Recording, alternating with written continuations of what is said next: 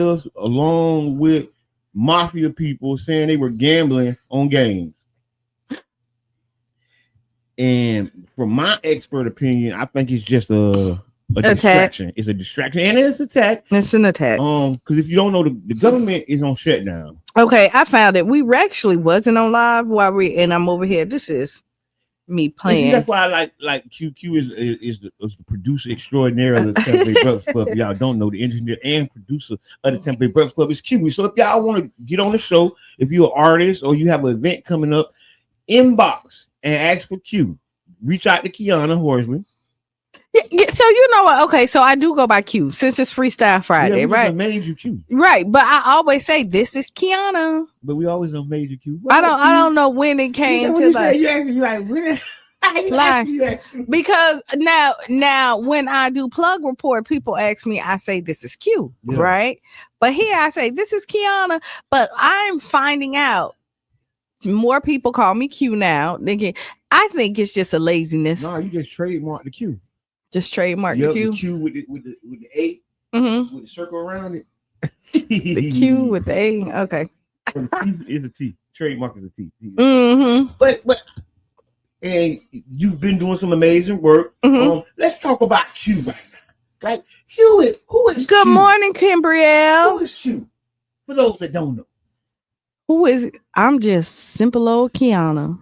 Trying out here to do great stuff. You know what I realize is that like people don't like I'm really the epitome of behind the scenes. When you look at like my brand and the things that I do and I need, and this is so I brand other people and don't brand myself, which is crazy. So you don't think Q is a brand? Yeah, it is. With it, it's growing into a brand. It definitely. Who it is, because like once I start to step out and like I do this, we're bringing back Plug Report. Yes, I'm on there. I done been on the other podcast. I'm Jerish Martin. You know, I was just going to talk about your impresario. Good morning, Damien. And your music pedigree. That, you know, a lot of people don't know, putting on big shows, putting on big concerts. Honestly, the biggest stage I ever seen was at a show that you produced and that you put on. So tell us a little more about that. Which show was it? Because I don't put up because Don't Be Scared, Vote. So actually that was Halloween time. Yeah. We had Tom G. We had some other local artists that came in and performed, and we did. Yep. Look. And we had you're right. We had Khalil out there. We had Taj.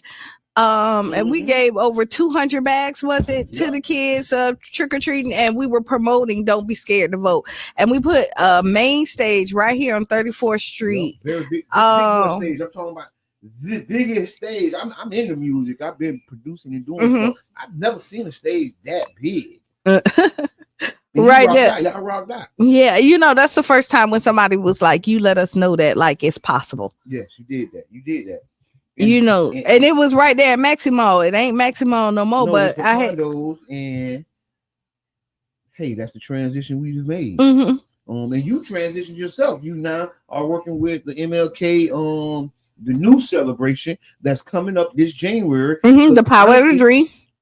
The Power of the Dream. Y'all had me doing an interview, and I spoke. I went down to City Hall, and that's something I never did. As much as I go to City Hall, I've never went inside that particular part of City Hall and experienced that. So down in the basement. Yeah, I felt the media room kind of dope, ain't it? It's kind of dope. I think I had some ideas for them.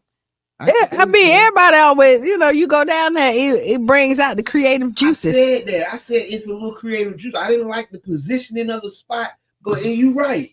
The juices went to flow as soon as I walked. But you know what? You know why I like the position of the spot right there? Because it's out of the way from other people. Yeah. Because when people go in there and then they want to start like shooting ideas, it'll be distractive if it was on the main floor. People coming in, just be walking in. Oh, what you got? Right. I had all the ideas. People looking at me like I'm crazy. Who is this guy? What is he here for? But no, like we started doing interviews, and we're gonna be doing more. So, like, how do they talk to you about if they want to do the Power of the Dream interview? I mean, there's some select people that you know what I mean. I definitely want their story to be told. Like as a team, we would love to hear what they what their input to this community was. But you can inbox me. Good morning, Tiffany. You can inbox me. You can definitely inbox me or somebody else from the team. Inbox the Tampa Bay Breakfast Club. We answer our messages. Y'all be acting all shy like y'all don't want. Listen, we gonna talk about this shit. We have some other stuff to talk about. 2 schools. They say 2 schools might be closing in Pinellas County. What 2 schools? Do you know? We're gonna find out. They can stay. We got coming up. We got a 6-minute break. We got to pay some bills. But before we go there, we're also going to talk about the tennis and the dude from South Dakota saying he don't want to play tennis with black kids because of a bunch of stuff I ain't gonna repeat because he can't make me put that stuff in my mouth. So I ain't gonna say what he said. But all I'm gonna say is we meeting at Campbell Park and we'll talk about it later. You say we talking about it? No, I mean we're seeing a lot of this rise of racism in the community. We saw the posts. Go ahead. Is it a rise though? These people have been racist their whole life. They haven't. Maybe they're coming out the cracks like cockroaches, right? You know how like something stays dormant. You can have something, but it stays dormant. It's under control. It doesn't flare up. It doesn't react to stuff. You don't really know that it's there. But I don't think I think it was just a willful ignorance. I don't think it was ever going anywhere. Mm-hmm. I don't think like how these people feel are just coming out of the woodwork. I think that it is becoming more and more. So it is. And so this is what I would say. I don't think racism went anywhere, but I did see it dying because you could see the race. Because you're seeing older people now coming, they're more comfortable with now talking about the division that they want, right? Yep. And how they want to, but their grandkids had mixed children. Mm-hmm. You know what I mean? Their great grandkids also are mixed. And so you're looking at the hatred that they were able to pour in at one point in time, kind of got watered down, got muddled. So now you see it now rising like, so is racism making a comeback? Is open racism making a comeback? That's a question for the audience. Mm-hmm. Put it in the comments. Let us know. Is open racism making a comeback? Yes. In American society. I think so. Loud and proud.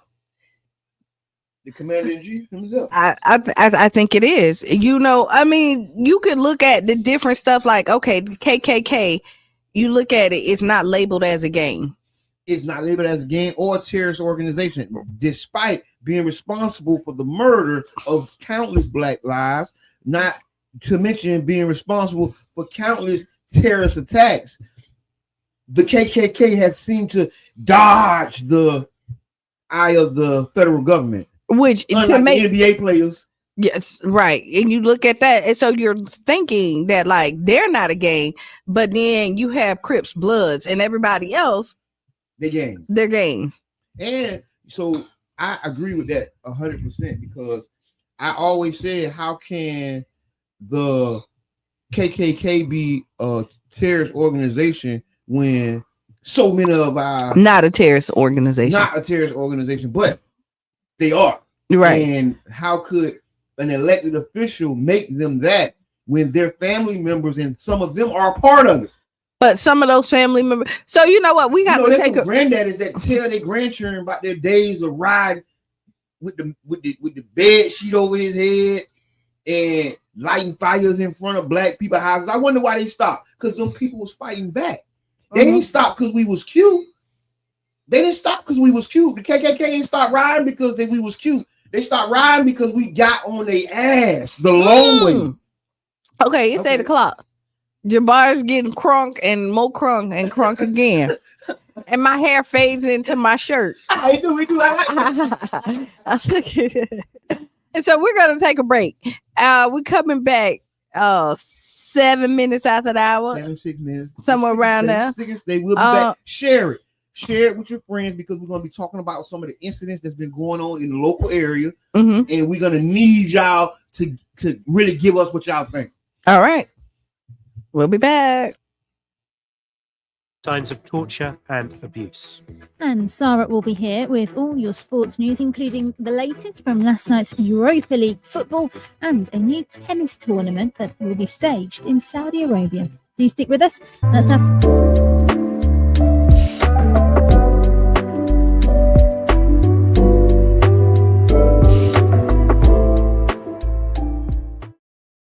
has expressed confidence that the Gaza ceasefire will hold. He's visiting Israel to bolster President Trump's peace plan. Mr. Trump has issued a new warning against Israel annexing the occupied West Bank after a vote in Israel's parliament this week. Yolande Nell reports. President Trump told reporters Israel was not going to do anything with the Palestinian territory. In a newly published Time magazine article, he said annexation won't happen because I gave my word to the Arab countries.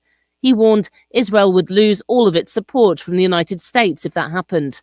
This week, Israel's parliament passed 2 votes brought by opposition figures in favour of annexing land in the West Bank. The US Vice President J.D. Vance said it...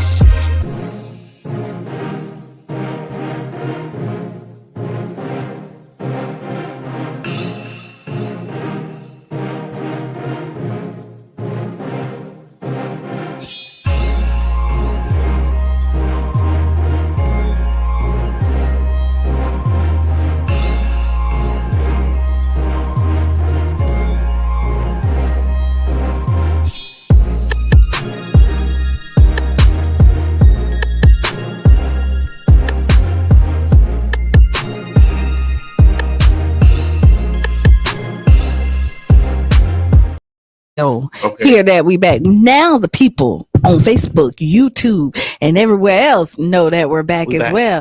Welcome to the Tampa Bay Breakfast Club. I'm your brother John. And this is Kiana. And I'm one and only Mr. Edmund. Hey, and this program is being brought to you as part of the New Image Project at the Community Development and Training Center, aka See That. See That. And we would like to thank y'all for tuning in and helping us to redefine what's cool, because smart is the new gangsta. Baby. If you don't know, now you know. So I saw this video of the brother doing an acronym for gangster. What was it? D1. You got him. You know the acronym? No, I don't. No. Gangster. What is it? Growing something. I posted it. I think I can't find it now, but it was good. I liked it. I like the take that he put on gangster. The gangster. So what I like about us is how creative we are, right? Yes. That we will take something and flip it for the good. Oh yeah. Then on that other side of the pancake, we will flip it back and be like, "Don't y'all do that." That's actually a letter. You must have saw the Ask Kiana. We're gonna talk about that today. Oh no. That's you in the Ask Kiana files this morning. But I'm glad we talking about this because we actually talking about the power of our words and the power that we have over our words to define meaning. Yeah. Right? Yeah. We can change the meaning of words in full stride. Right? Because we do it all the time. He said growing and nurturing gifts, serving the Almighty. That's gangster. Growing and nurturing gifts, serving the Almighty. Nothing more gangster than that. Because you define who you are. Yeah. And you don't let society define you. No, that's if you define who you are. Because some people are defined by society. I had a very good conversation with my brother. And I found out that I was only showing up as a person, right? I was only showing up as a person. That person I was showing up as wasn't me. Yeah. You get what I'm saying? Yeah. Because somebody else had defined who you were, and you agree with it. That's the thing too. Like you agree with the definitions. I think that's the other part of that whole learn to unlearn, is because when somebody say you are that and you agree with that, then that's who you is. Yeah, that's who you are. You start to show up as that. That's not who you are. That's who you show up. That's how you express yourself. And you know what? Because we talked about this too. We have talked identity about identity and expression. It becomes your identity. Yeah. Like I know I was talking to my mother, and she was saying like her daughter, like she's tired of being the fighter. Okay, yeah. You know what I mean? Yeah, and she was saying like she's tired of being the one that and she realized, like, because we were talking, I'm like, well, she don't have to fight. And the mom was like, she don't. You know, but because people have labeled her the hothead one, who said like, oh, she don't play. Oh, you say something, and so when something happened, friends, family, something happened, she's the first to come in and defend because she has been labeled that person. And then after you accept the label, you become that, and then it's hard to change from being that. It is. You just expressing yourself as. Yeah, you special. Yeah, but that's not who your identity is. It doesn't have to be. And finding who your identity is a real challenge. Yeah. Oh yeah. And then you try to find your identity when you're really creating it. That's right. Right. That's right. And we're searching for who we are, but we're really creating who we are. Yeah. Right. It's a constant thing. We can evolve. And I was talking to a young brother last night. That's right. And I told him, I hate when they say you can't teach an old dog new tricks. Okay. Because I was an old dog that learned new tricks. Oh, come on. And when I hear that, I hear you writing so many brothers off. Yeah. 25, 30, 35, 40. I got my first job at 37. Okay. Yes, sir. You get what I'm saying? Yeah. So up until I was 37 years old, I had never worked gainful employment in my life. Yeah. And when you say you can't teach a dog new tricks, an old dog new tricks, you know that's a lie, because you see the older you are, you start that's true. And you start to change. You be like, man, I was thinking about when I was, you know. I think if you're doing it right, you have those moments. Right. But if you never have a moment of like, dang, I need to get myself together, like you ain't doing it right. Like you're gonna have that moment where you're gonna look yourself in the face and be like, you know what, I can do better than what I'm doing. Right. I can do something different. I can make a change. That's evolution. Yeah. Like it just happens naturally, regardless. I mean, you think it just if we follow the pattern of law, right? Or Yeah. we just follow nature itself. We see that things change. Like when you're younger, you're usually more hot-headed. You don't have patience. Your emotional intelligence have not kicked in yet. The older you get, which you learn new tricks, right? You realize like, dang, my manhood is not subject to be challenged because I don't fight every battle. Now I fight them with my mind. I don't have to show how strong I am physically. I show how strong I am mentally. Yeah, you get wiser. You get wiser, and I think a lot of people they shun that growth and that wisdom as you keep going. Yeah. They think it's only decline. They think the older you get, it's only declining. When you know, I look at it as, you know, I'm getting greater. Like wine, right? Is the more this thing sit in ferment, the better it's gonna be. Because I just don't sign up or subscribe to. I was telling my little homie, right? Because he like 39, right? Okay. And I'm telling him, bro, I only had a job 2 years by the time I was your age. Okay. So don't let them tell you stuck doing what you're doing. That's right. Don't let them fool you like that, because you still have great opportunity to do amazing work. Tim Cook, all these people didn't strike gold until they was in their 50s. Yeah. A lot of people don't, but I think that's just, we are good at making up stuff that fits every scenario. So like we talked about it, like a hit dog will holler, right? We said that before, and then if they ain't said nothing, it must be true. So which one is it? Which one is it? So there's no winning when it comes to people. Like they can. That's what I learned. I learned context matters. Yeah, it does. Because you could just say these things, but if you don't say them in context, then they're not true. It may be true for a certain context, but when you put it in a different context, you're like, no, that don't. Just be reciting stuff.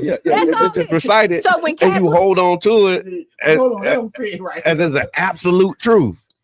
So like when Cat Williams came out and was like blasting, the people who spoke out, it was like a hit dog holler. The people who was quiet, it must be true. It must be true. Because they ain't said nothing. Right. Because he ain't try to dispute it. So because some stuff you don't have to dispute because you be like, why? And then some stuff is so crazy, you be like, you gotta say something. Everything Cat Williams said was true. No, everything Cat Williams wasn't true. Let me. It's been more true than not with the way the clock been ticking. We need to go back and just Okay, that was it. Yeah, we about time for. I'm gonna tell you who else for a review. Right. I was tell you who else was right. I ain't gonna say it. I ain't gonna say it. You ain't gonna cancel us. Oh Lord. All right then. Well, yeah. I mean, I ain't trying to be canceled. He was right. I ain't trying to be canceled. Right. Put it like that. Can we be canceled? Like, okay, so let's talk about canceling. It's Freestyle Friday. What allows a person to be canceled? People with the power. Talk about it. But they've been trying to cancel Boosie Badass. I don't think they was really. Y'all is just on this.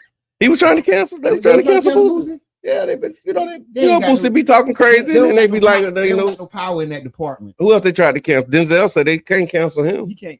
They tried to cancel. They canceled Will Smith. Did they cancel Will Smith? They ain't cancel Will after the slapping thing. No, they ain't cancel Will. No. They tried to cancel Dave Chappelle. He came back. They tried though, and they said he was smoking crack. And he said, the people said, "Hey, we're gonna have." They told him they was gonna. And then he said, by the time he got on the flight, you know who else had a story like that? But they came back. I'm gonna tell you, Minister Farrakhan had a story like that. He said when he met with a certain group of people, they was trying to get him to apologize, and they told him that if he did, they could clean up his image and not give him all the riches, but they can clean up his image and make him, seem favorable. And then they was like, and when you die, like, we'll make you bigger than you ever would have been, alive. So this is what I think. And he was like, really, like, y'all really going to sit here and tell me that y'all going to do that? Like, y'all can do that for me? Like, y'all can change and clear up my image? Uh-huh. So why you smearing it in the first place, though? Ooh. Good morning, why you messing? Yeah. So if you telling me you have power to control my image, why have you painted me in this box that you painted me in already? And now you want me to bow down and come out of it. So I will tell you, you can be canceled, but you can fight the cancellation. That makes sense. Let me tell you why. You can fight the cancellation. You can fight the cancellation. Is that a after the cancellation fight, or is that Is it as trial? Like, how do you fight the cancellation? It's your will. So Okay. you look at that. Okay. So I'm gonna tell you, you will see where great, mediocre. Okay. When somebody throws an obstacle in your way, you mediocre. And I'm not, so y'all don't take this the wrong way, or you see it, it makes you stop. Okay. Right? There's a mountain and you get discouraged and you stop and don't go this way through this mountain because you don't see no way through it. Right? Greats, they see the mountain and they figure out how to overcome it. So that's how you overcome the cancellation. Because you look, Chris Brown was canceled. Okay. But he never stopped. Okay. Yeah, after they went hard and was like they blackballed him, but he never stopped. Yeah, and he got breezy. Yeah, and you look what it took him a while, but he never stopped for him to get. Then you can look at other people who just sat down, and you don't hear from them no more. So it becomes They cancel Kanye.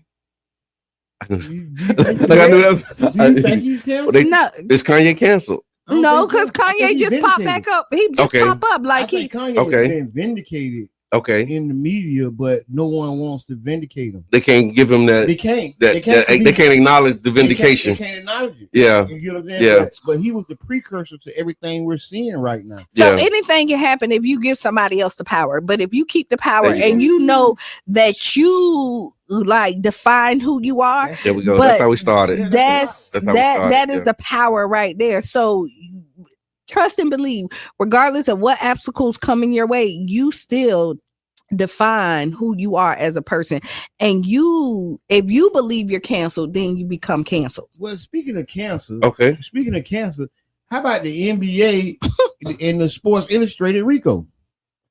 I heard a little bit about it, but I don't know. Sports Illustrated Rico. I don't know enough about it. Well, you got some details. Well, some of the details is that the FBI has went out and started arresting NBA players and staff, coaches, and referees around gambling. They're saying they're gambling, fixing games, and working with the mob. And for me personally, they say Gilbert Arenas is telling on everybody because remember they knocked Gilbert first. Okay. And so Gilbert is doing a lot of stuff, and I don't know. I ain't gonna allegedly. But the truth of the matter is, I think this is a big ruse. Yeah, I'm thinking the FBI got a little more pressing issues to be worried about. No, they don't, because they're not doing the job. Okay. And the problem who in charge over there now? I think the president. Okay. Well, he's a guy named Cash Patel. That he what did he do before? Because he honestly might not be qualified for the job. I might be worried because of his nationality. Is he the person for the job? I got a lot of questions. But I'm not in the National Security Department. Okay. So I ain't gonna do that. But what I will the question is, could he get cleared? Can he get clearance? No. He might not. Like, what you mean when you say can he get clearance? To be able to go all the places you need to be. Like, so would they let him do it? Okay. Yeah. Like if he was a regular smuggler, would he get clearance? Probably not. He probably would. So he's not qualified for the job. And the truth of the matter is, right? These are distractions that are keeping us from things like the Epstein files, right? They will start World War III before they give up them files. They will start World War III, and then I think they kind of already have done that. If the people will sit back quietly and allow it, listen, they're gonna run over us. So I'm gonna say this about the Epstein files, right? Because we talk a lot about the Epstein files. At this point, we know we have an idea of what was going on, right? Or we assume. Protect your community. Forget that, like what has happened over there in the Epstein files. We can't change, but we can change how we act from this point on.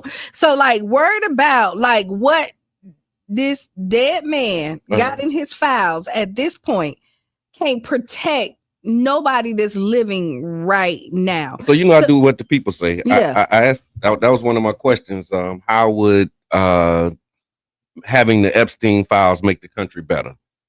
Right. Wow. And I missed that one. One of the responses that I got, that I saw was that there's people in there who have committed crimes that are still in positions right now. So basically, I think what it is once you get the files, them people who you've been trying to get out, you'll have a way to get them out, because we're talking about cancellation. Like if you're in the Epstein files and you're in a position of power, there's going to be a whole lot of arguing you got to do to justify staying in power and being in the Epstein files. And so I think the purpose of getting the files is not to make the country better, but it's to be able to target those who are in those files for removal so that you can replace them with somebody else. So let's flip that pancake. My take. So my take on it too, there could be a lot of people in the Epstein files that don't have nothing to do with Epstein.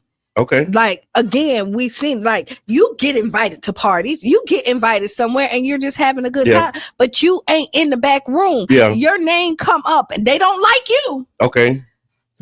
So they cancel you. Because you went to the party, even though you wasn't part of the foolishness. Yeah. So, like, again, it opens up another can of worms because the people who really did it, they're not gonna get canceled. It's gonna be the ones who fighting and really doing something that they don't want.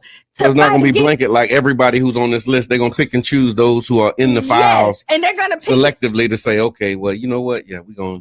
But you know, they're gonna pick the ones that's out here that's really fighting for you. Oh, they was in the Epstein files. They gotta be crooked. But no, they're fighting the crooks. The real crooks. They're gonna shelter them and make secure that they're okay because they want them to stay in power. So do you think anybody who's advocating for the Epstein file release are in the Epstein files? I think that Epstein had a very I think Epstein files are like your social media friends list. Okay. Right. Okay. It's curated. Right. Okay.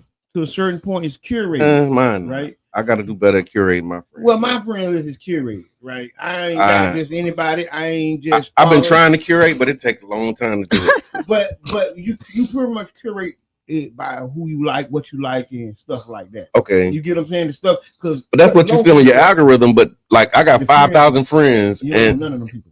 I know quite a few of them, but it's a lot of. I think it's more that I don't know than I do. But I hear what you're saying. I'm following. I hear what you're saying though. Your wedding list. Right? Oh yeah, that's a curated list. It's a curated list. Yeah, there you go. Okay. And they're not just putting anybody. Corey Bush ain't on them. Okay. Right. Okay. You know what I'm saying? That's what I'm saying. So is there anybody who's on the list that's saying, let the files go? I ain't got nothing to worry about. Like I know I wasn't at the party, so I'm on the list. There may be. But did you and him? No, because they like, ooh. Because he said wedding list, right? Okay. There's people that's casual that you be like, okay, yeah, we invite them. Yeah. But they still ain't coming to your home barbecue. But you invite them to the wedding. You invite them. There's people that you invite to your wedding, and you look at it. There's people in your wedding. After the reception is over, and then you do whatever. The next thing, like the after party, they don't get the after party. The after party. And there's people that you invite to your wedding that don't even come to like your bridal shower. Okay. You know what I mean? So different aspects of their engagement. Right. So I'm like glad you brought that out. Because you might have a point. So when we need to look at the list to find out. We need to look at the list and then we can discern and use our discernment to figure out what to do next. What I don't want to do, right, is keep starting these wars, keep arresting these people who don't deserve to be arrested just to throw smoke. Yeah, that's what's happening. Smoke screen. Yeah, a lot of this stuff. That's why he knocked the West Wing, the East Wing of the White House down. This man literally tearing down the White House. Listen, and guess what? Like literally doing. That's a demonstration of what he's doing. Yeah, literally. And it's good that he's showing us. Yeah. Right. He's tearing it down from the Rudy to the Tootie. Yeah. One of my Facebook friends just rides so hard for Trump that it just blows my mind sometimes when I see it. I'm gonna start bringing in some of the takes. It's a call. Yeah. I got a Facebook friend that like. I got a few hot takes, and I'm gonna start introducing them into the conversation. I bet you I know who it is. Yeah. Is this who I think he was supposed to come in?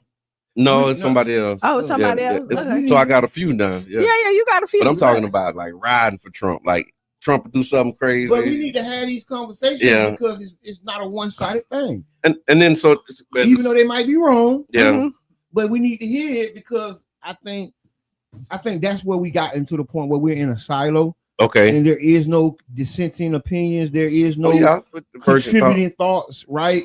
And we can't find growth in that.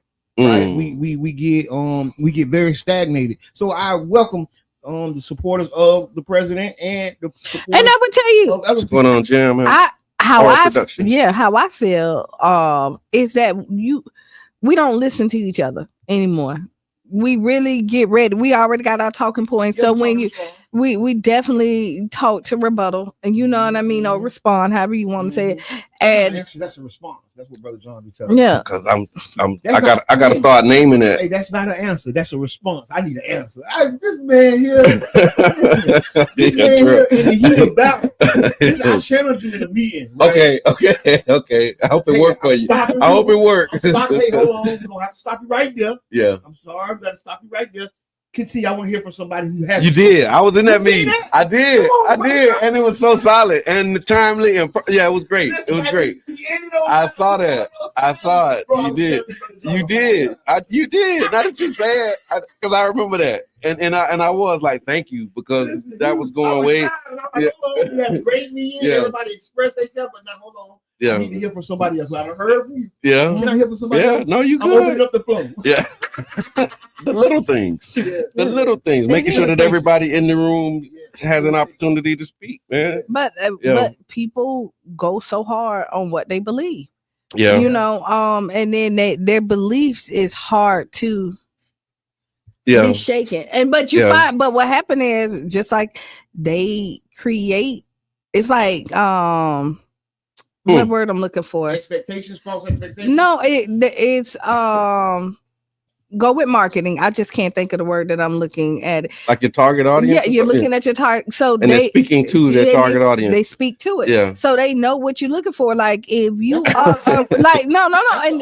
And so what they do, they find start channeling her inner bro John. Yeah, Jam. I've seen Jam. Yeah, Jam. We work together on that one. It's a muscle that we need to build. Jam. We got to build that muscle. We got you, Jam. Yeah, it takes me a little time to get from 0 to 100.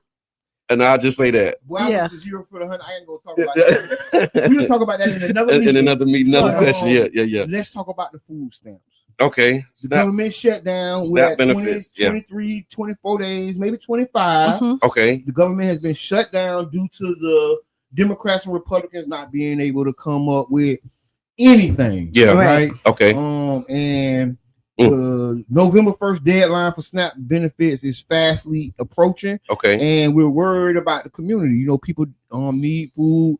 I don't think that they're gonna let it lapse going into Thanksgiving. My political mindset says they're gonna fix it just so the food stamps will be able to come out because that's part of the economy. So you're gonna do like you think they're gonna do like a stopgap, a temporary, just so people can get the food stamps in business. It's not so for the people, it's more so for the businesses. It's for the Walmarts, it's for the stores who actually make the profits off of the food stamps. Man, I think there's but you know, on the other side, I say, hey, they want to crash the economy. What better way to do it is tank it right before Thanksgiving and Black Friday. Oh, and you got millions of people who depending on that for their food. I'm 50-50 on it. I'm 50-50 on it. I think I see when we talk about like our Republican friends and this is a good way to make the Democrats look bad. Yep. Right.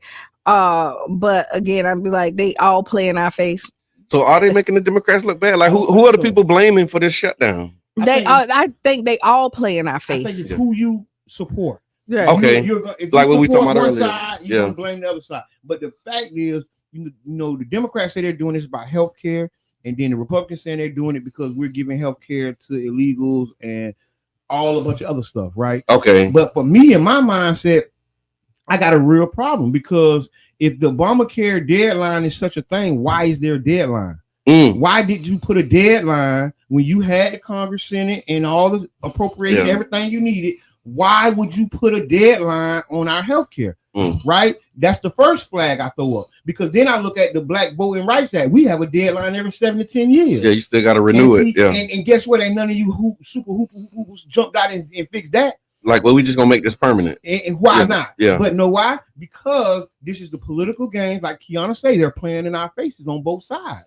Ain't nobody really our friend. Listen, I'm gonna go ahead and cut to the chase, right? Because why is my health care have a deadline? But the tax cuts for the wealthy ain't got no deadline.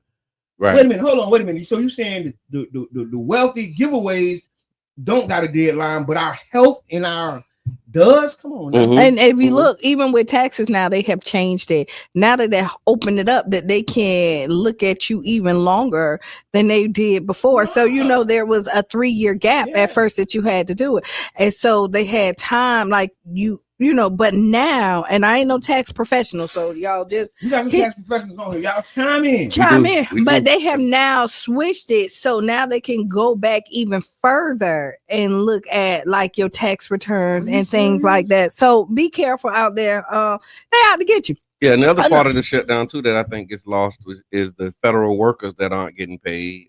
You got people that are furloughed, sent home. They on soup kitchens. They getting donations, and then others are working still without pay because they're essential workers, and so don't know how that back pay situation is going to look. But you got people that are actually working. Federal offices and programs like the IRS, national parks, and small business services are closed. They're either running slow. Some programs like Social Security, Medicare, and SNAP, they keep going because they're funded differently, but other support programs could also see delays and fewer services.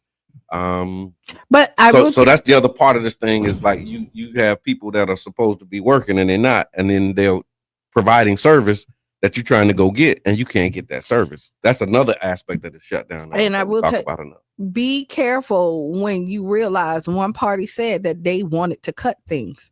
Okay. Right. Okay. And the Republicans, we need to cut these benefits. Yeah. I mean, anytime you're doing a budget, everybody want to cut something. Yeah, but when you look at but this is not even. It's just when you talk about what your priorities are. I did 2 years working with budgets. Yeah, but you're always looking at like, okay, well, we can get rid of that. But it's not even just. Or we can move that to put that over here. But this not even just a budget. I'm talking about when you go and campaign on this. This ain't the budgets ain't even that. This is what we need to cut out. Period. Before we even got to the budget. And the way you cut it is by not funding it. And now, because that's the only power you have as a congressman. You control the budget, and so when you control the budget. And you say we don't like this program, guess what? We're not going to give you money for that program. So because you have to consult with other people, and instead of doing the fight and the tug of war, the governments get shut down. Now they're not funded. No, what happens is they have a timeline to agree, and when they don't agree by that timeline, that's when the shutdown happens. That's what I'm saying. Yeah. So then now, aren't you getting what you want? What you mean? So if I don't want to fund right now food stamps, right? Okay. And even though it may be temporary, okay. if there's a shutdown, who's not getting funded? The food stamps. There you go. So mission accomplished. That's what you're saying. Mission accomplished. Okay, I see what you're saying. You see what I'm saying? Yeah, it took me a minute to get there. I ain't had coffee. That was my goal. So here we go. So just let it shut down and food stamps get cut. Yeah. And we can blame wow. Negotiating with us. Wow. Now you see where I'm going. I do. I got you. Wow. That makes the odds for them not to do it goes up higher. So for it to stay longer. There you go. So that's what they're gonna keep it going in. So this is my working for them. So that's my thought process in it. Now y'all take your happy. Listen, there's gonna be food giveaways. People are already preparing for this. And I think that our nonprofit complex needs to really kick into high gear right now and start experimenting and exploring ways that we might potentially have to help and feed people. Yeah, right. I hate to say a soup kitchen or a food line, but we might have to do that, right? And then if we do it where I'm from, we're gonna have some nice food for you. We're gonna have almost a gourmet dish for you. But how we gonna make that happen? We're gonna need the nonprofit and the foundations and the other groups to help fund us to do it. But then you look at the nonprofits, a lot of them are funded by grants, federal grants. Yeah, you're right. But so that service is so you still have some that are operating, but you're right. There's a lot of federal there's a lot of programs that support people that have been cut also under this administration. And so now we're gonna be back to election year and who you voting for and why you voting for them. And a lot of people think food stamps is hurting us, but the most people on food stamps is white. Yeah. And they're poor and they're in rural communities. Yeah. We will look at that, the house choice voucher program, and all these houses and condos vouchers. You never thought so many vouchers was by the beach in your life. Right. Until you seen the chart. Yeah. And so you're realizing that the help that you think coming to the poor Black people is actually going to the greater community at large. Well, no, it's going to people who are 80% AMI or less. I mean, and 80% AMI is decent. If you got they got like 120% AMI, like, and that's money that we ain't making. 80, 90,000 sometimes for households. Yeah. So 80% of AMI translates to what? Like 90 grand, 100 grand? I have to bring it because I don't have it exactly. We'll talk about that. But it's not what it was 10 years ago. AMI is area medium income. Yeah. So a lot of times we use these acronyms in this world we're in, and a lot of people don't know what we're talking about. Yeah. When they talk about 80 and 100 and 60% AMI, they're talking about the area median income. That's the middle income, not the average, but the middle. Yeah. So if you take all of the numbers on the top and all of the numbers on the bottom, the median is the one in the middle, right there. Thank you, brother. Yeah. Y'all gonna learn something. You gonna learn. And you're also gonna learn that you listen to the Tampa Bay Breakfast Club right here on 99 Jams, WUJM 99.1 Carafesta Radio. And we depend on the support from listeners like you to keep the shows that you love on the air, to keep the doors open, the lights on, and the programs on the air. So if you like to support, if you like to donate and contribute, you can go to 99jamstheberg.com, hit that donate button and show your love. I told them, Brother John, maybe they'll listen to you. Okay. Well, I mean, repetition is the mother of learning. Yeah. And then we'll go to the X counter. We're going to talk about the flare up of racism. Okay. Right? But we might not get to the X counter. Okay.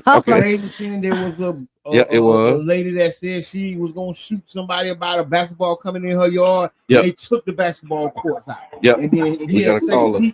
Hold on. It's a call. Hold on. Go ahead. You're on the road. And in St. Pete, we had a tennis court incident where they said, I'm not going to repeat what he said, but what I will say is the community ain't going. Come on. Go ahead, caller. It's Freestyle Friday, caller. Hey, what's going on, man? It's your boy, comedian Damien Davis. Good morning. Hey, what's up with you, boy? What's going on? I had to let Bob get that out. Get it out, Bob. Get it out. Freestyle Friday, hey, man, boy. I appreciate you, man, because they think we playing. What's up, family?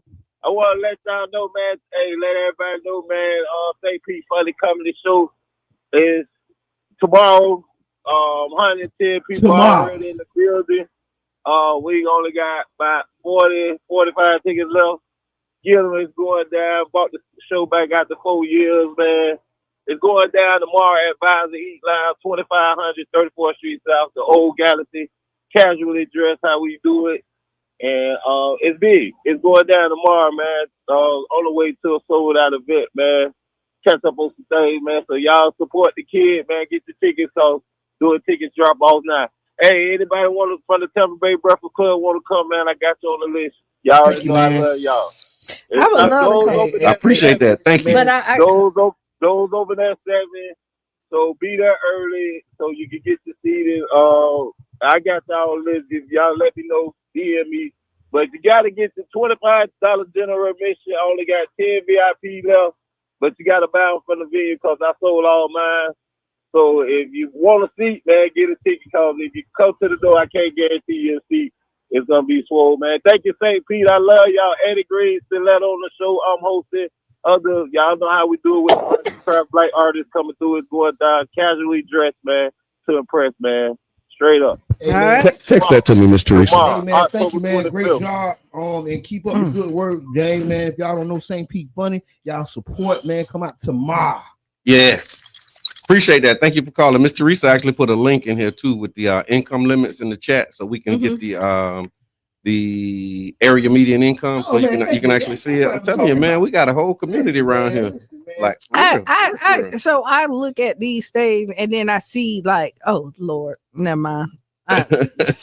You saw another thing. What you about to get canceled or something? No, I'm just like you gotta bite your tongue. The qualifications for stuff, you know what I mean? I ain't talking about them. I'm talking about us. And okay.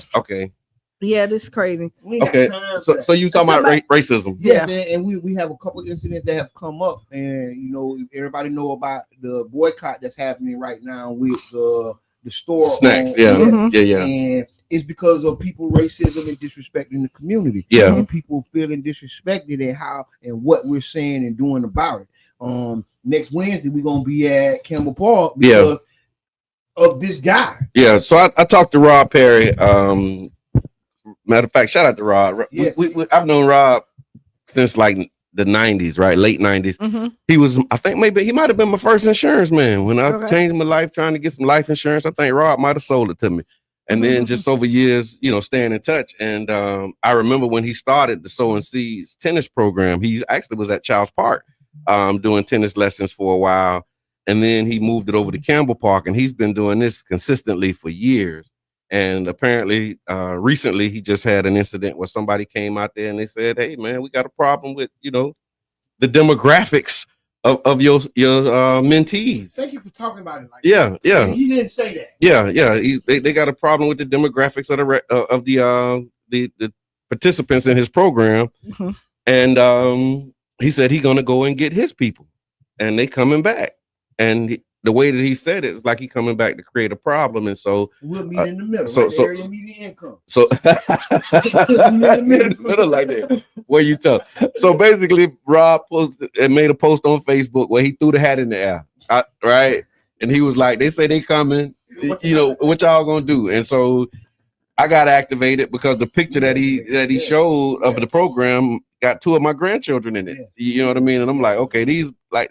I remember them talking about how much fun, how much they enjoyed, the tennis and being over there. And why would this white guy come from another town and feel so comfortable to tell the community this? Yeah. And this is our community. Yeah. Ain't you heard of Off the Ass? What? Yeah. Have you heard of?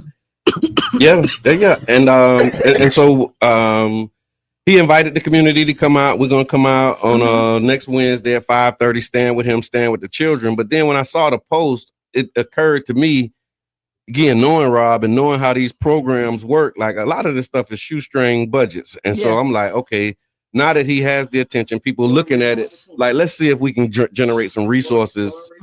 It's a fundraising opportunity, like really looking at this saying, okay, since people are really looking and they're angry, they're upset, they want to do something. Let's do something that can actually help the program. Right. You know what I'm saying? Because showing up is one thing and the kids will see us, we love that. But then when we go and they still need shoes, they still need rackets. He still need a ball holder. He still need green dot balls. So, like, how can we take this as an opportunity to also support the program? And so I asked him if it was okay. He didn't mind me doing it, but he didn't ask for it. He was just like asking for support. And so he wasn't doing it for that reason. And but that was a Brother John thing. I'm like, man, let's just, because a lot of times we get angry and upset. And I saw this. This was something I saw. I'm sorry, I'm rambling.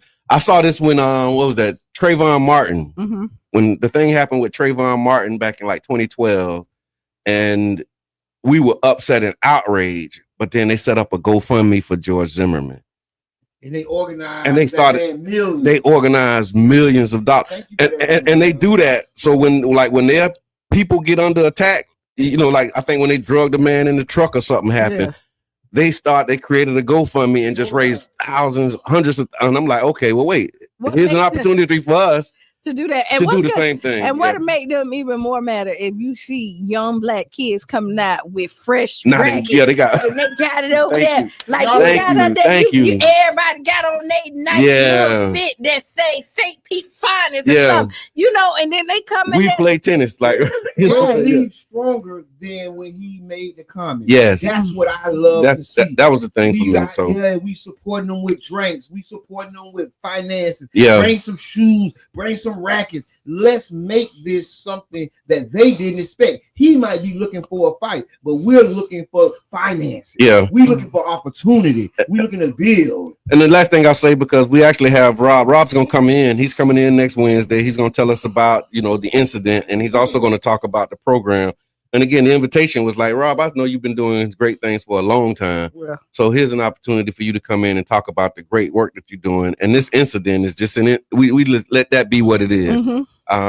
That's right. You know what I'm saying? We ain't gonna dwell on it. No. We're gonna bring it up, go talk about it. But what we is gonna do, we're gonna raise some money and support the program. Build this up because this is the Black Money movement. And we giving these brothers who like ready to do something Like y'all got something to do. Yeah. Because don't get it twisted. Now you threaten our children. It's a response coming with that. Because you seen but it's like the barking dog though. Like we just gonna be. It's like no, you ain't got to do that. Yeah. But just know when you come, there's somebody here. Yeah. Somebody here. Yeah.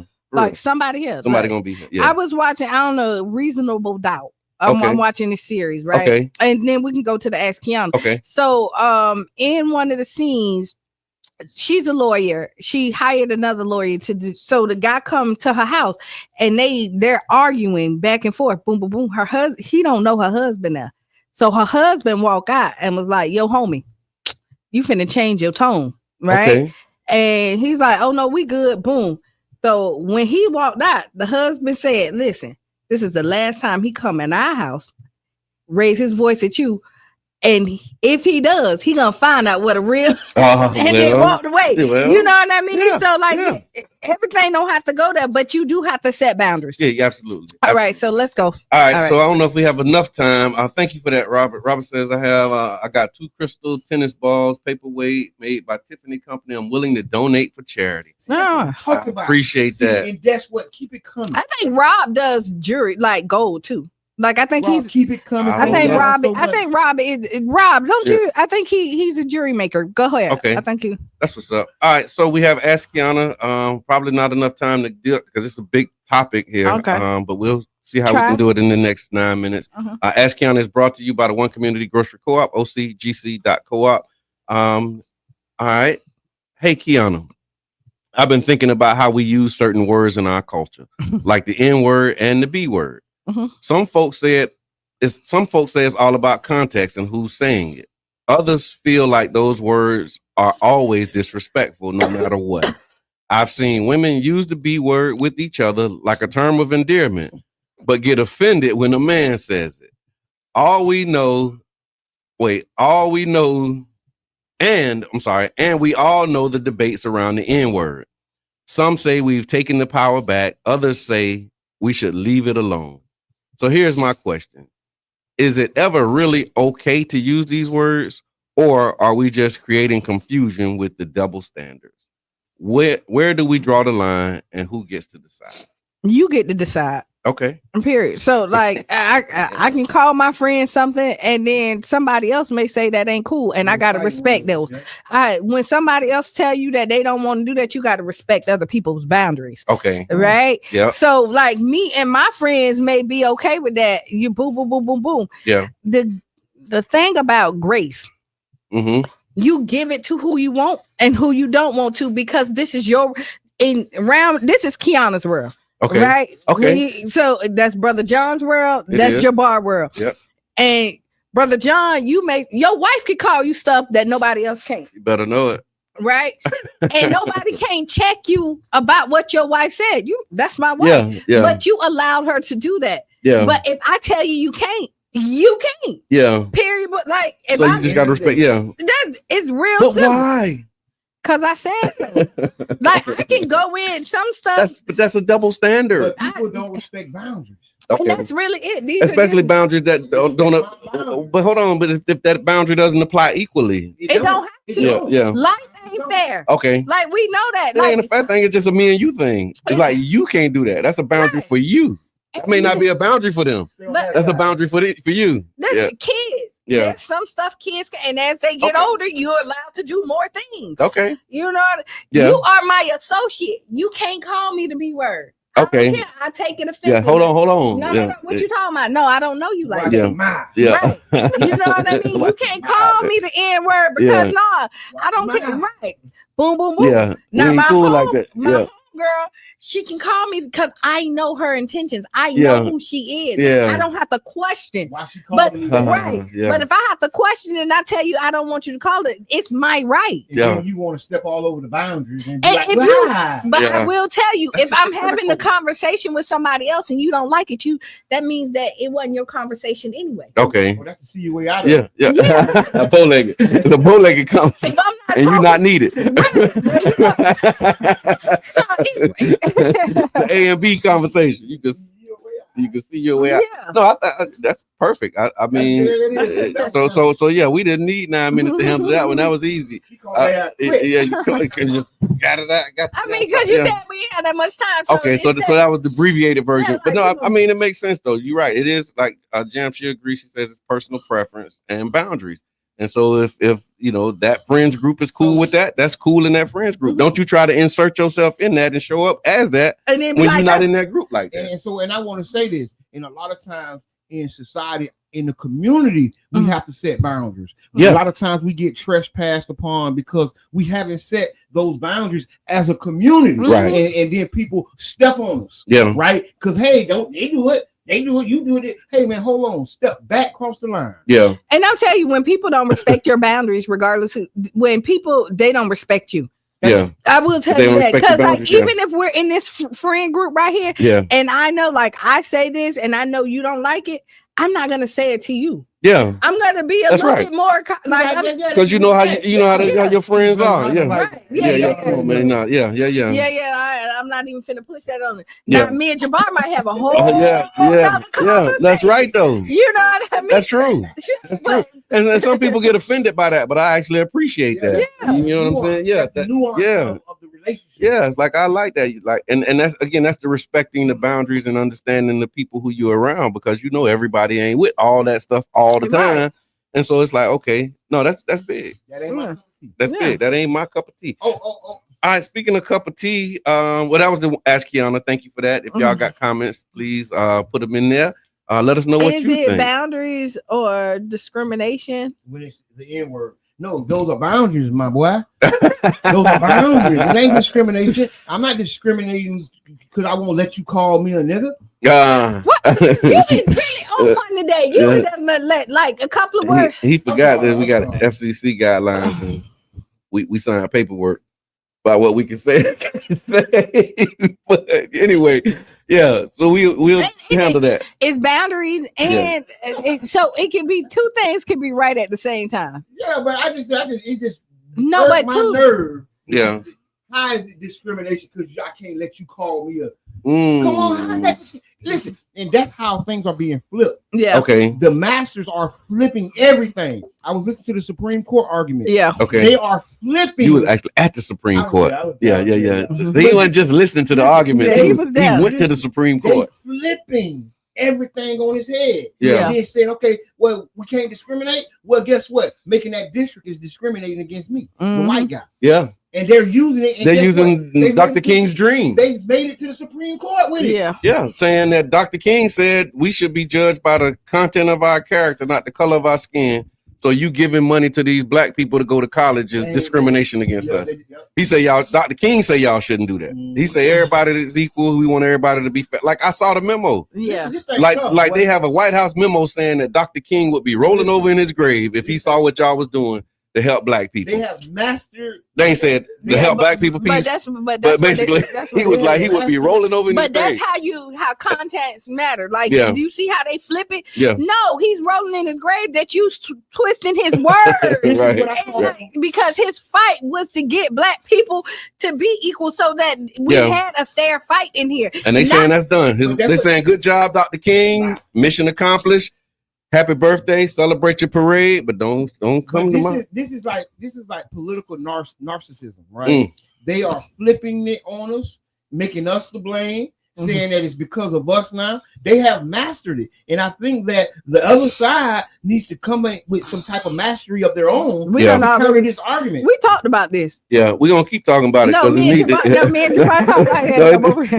keep talking about it. We got to keep talking about it because sometimes we talked about it being move on. But so I appreciate that. But no, we got to keep this thing. We got to keep this conversation alive. We got to be savvy.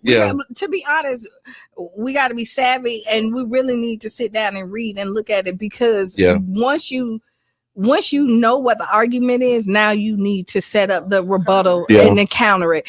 And I don't think that a party is ready to counter some of this stuff because honestly, some of this stuff can be easily rebutted. Yeah, and really, some of it can though. But we talked about this, and some, but it can with some thought put in there, right? But you can't go in there unprepared because you think they've had years to prepare. What are think tanks thinking about? You know, we got 60 seconds, so I'll say this. My final thought would be Black excellence consistently over time is the death of white supremacy. Wow. So we just keep being excellent, keep doing what we know we need to do for self, and then a lot of these relationship issues that we having, we won't have because we changed the dynamics of the relationship. Yeah. And so let's just focus on being excellent, doing for self, and then eventually you'll have. Elijah Muhammad said, "I'll have you so smart, you'll have them wrapped around your finger, and you won't even know that they're there until you look." Yeah. And so let's work on that, y'all. Believe me. Hey, I'll say this: Afro Futures Festival on PDAP. Y'all go to the page. 13 community events over 2 weekends starting November 1st. Y'all be the Tampa Bay Afrofuturism Festival. All right, be the change you want to be a seed. Write down those 5 things. Stay tuned for Sister Hughes. Make you lose your shoes. Not all around the house. This has been the Tampa Bay Breakfast Club. I'm your brother John. And this is Kiana. And I'm the one and only Mr. Edmund. We out. Bing, bing.